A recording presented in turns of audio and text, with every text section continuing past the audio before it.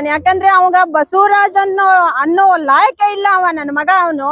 ಅವನು ಎಷ್ಟು ದ್ರೋಹಿ ಕೆಲಸ ಮಾಡ್ತಿದ್ದಾನೆ ಅಂದ್ರೆ ಗುರುದ್ರೋಹ ಮಾಡ್ತಿದ್ದಾನೆ. ಒಂದು ಲಿಂಗಾಯತ ಧರ್ಮದಲ್ಲಿ ಹುಟ್ಟಿ ಲಿಂಗಾಯತನೇ ಆಗಿ ಬಸವಣ್ಣನ ಬಗ್ಗೆ ಮಾತಾಡ್ತಾನೆ ಅಂದ್ರೆ ಗುರುದ್ರೋಹಿ ಅವನು ಒಬ್ಬ ರಾಜಕೀಯದಿಂದ ಬೆಳಿಬೇಕಾದ್ರೆ ಅಪ್ಪ ಬಸವಣ್ಣನ ಹೆಸರಿನಲ್ಲೇ ಬೆಳಿತಿದ್ದಾನೆ ಅನ್ನೋ ಮೂರ್ಖ ಮಾಡ್ತಿದ್ದಾನೆ.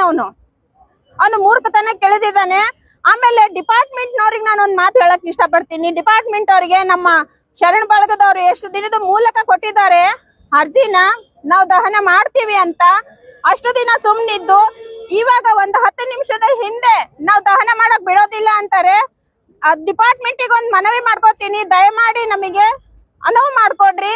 ಅಷ್ಟು ಮಾತ್ರ ಡಿಪಾರ್ಟ್ಮೆಂಟಿಗೆ ಹೇಳ್ತೀನಿ. ಆಮೇಲೆ ವಿರೋಧ ಪಕ್ಷಗಳಿಗೆ ಸಹಪಾಠಿಗಳಿಗೂ ಹೇಳ್ತೀನಿ, ಬಿಜೆಪಿ ಪಕ್ಷದಲ್ಲಿ ನಿಮ್ಮ ಪಕ್ಷದಲ್ಲೇ ಒಂದು ಏನೋ ಕುತಂತ್ರಿ ಒಂದು ಕೆಡ್ಡ ಅಂತ ಹೇಳ್ಬೋದು. ಕೆಡ್ಡ ಅವನು ಬಸವರಾಜ ಅಂತ ಯತ್ನಾಳ್ ಅಂತ ಬಸವರಾಜ್ ಅಂತ ಅನ್ಲೇಬಾರ್ದು. ಯತ್ನಾಳು ಒಂದು ಕೆಡ್ಡ ಇದ್ದಂಗಿದೆ.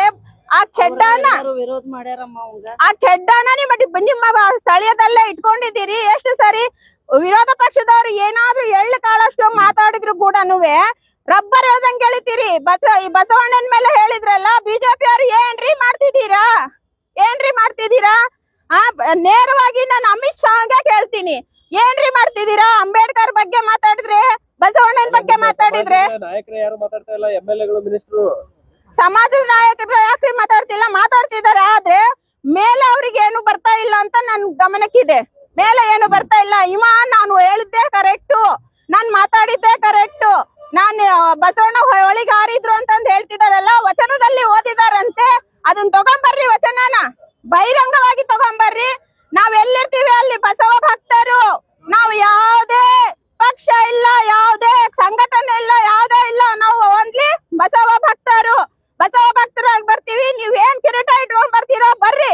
ಓಪನ್ ಚಾಲೆಂಜ್ ಇದು, ಓಪನ್ ಚಾಲೆಂಜ್. ಬೆಳಗಾವ್ ಬರ್ರಿ, ಓಪನ್ ಆಗಿ ಚರ್ಚೆ ಮಾಡ್ರಿ ಬಸವಣ್ಣನ ಬಗ್ಗೆ. ಜೈ ಗುರು ಬಸವೇಶ. ನಾನು ಗಂಗಾವತಿ ರಾಷ್ಟ್ರೀಯ ಬಸವದಳದಿಂದ ಕವಿತಾ ರಗಡಪ್ಪ ಅಂತಾರೆ.